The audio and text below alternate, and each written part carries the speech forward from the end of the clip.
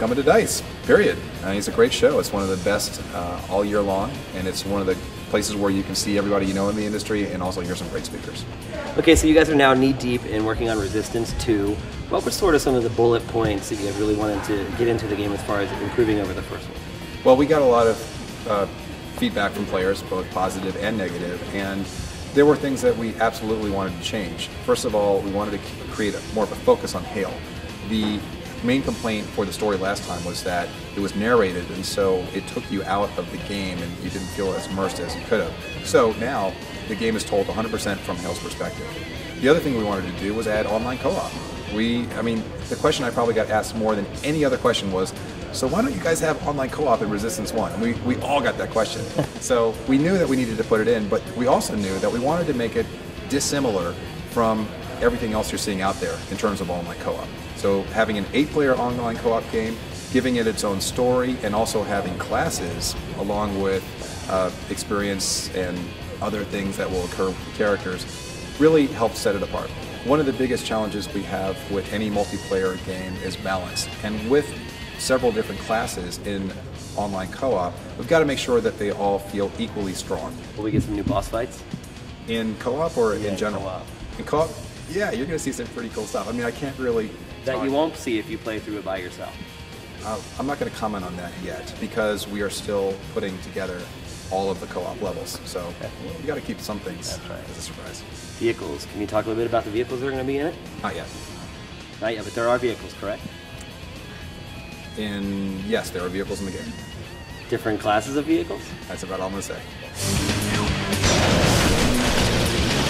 On Resistance 1, when we did offline co-op, we ran into some serious challenges with making co-op fun when the game had been designed for a single-player campaign. So we decided, screw that, let's make a completely separate campaign for online co-op. So this is a separate story that follows 8 soldiers in their path. 60 players really hasn't been done, I think, on consoles, and so what we did was we took a look at what makes multiplayer fun, and what makes it fun is being able to band together with friends of yours and go out and accomplish objectives together. And we realized that with a little bit more squad management and more attention to to objectives, we could expand the multiplayer game to 60 players and mitigate the chaos that one would expect from such a large number of players.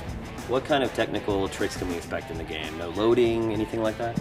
We're not talking about that stuff yet. So, I mean, we'll release more information on new technical features down the line. What's it been like trying to get the latency sort of in check when you have 60 different players with all different connection speeds playing together at the same time? Surprisingly, it hasn't been a big challenge. I mean, it has been a big challenge, but our multiplayer team, along with great support from Sony, has ensured that we are lag-free with 60 players. And we're playing it now in the office. We're playing 60 players, and it's great. We're playing with testers up in Foster City, and we're down in Los Angeles, and it's going very smoothly. We had to revise a lot of our production techniques. The cool thing was, with Ratchet & Clank Future, we were able to refine those techniques, and now we're seeing the benefits of that production cycle with Resistance 2. So we get a lot more done a lot earlier, and that gives us more time to create an ambitious scope for the game. What you're seeing is running on the Ratchet & Clank engine, and we are continuing to improve that engine all the way up to the game's launch. What we tend to do is improve our engine, so any one of our games may start here in terms of technology, and then by the end it's up here. And that affects everything from visuals to AI to physics, you name it. So when are we going to learn more? At GDC? Soon. GDC soon? No, not GDC soon necessarily, but soon. All right, well, thank you very much for talking to us, Ted. Thanks a lot, Jay. Appreciate it. Take care, and thank you.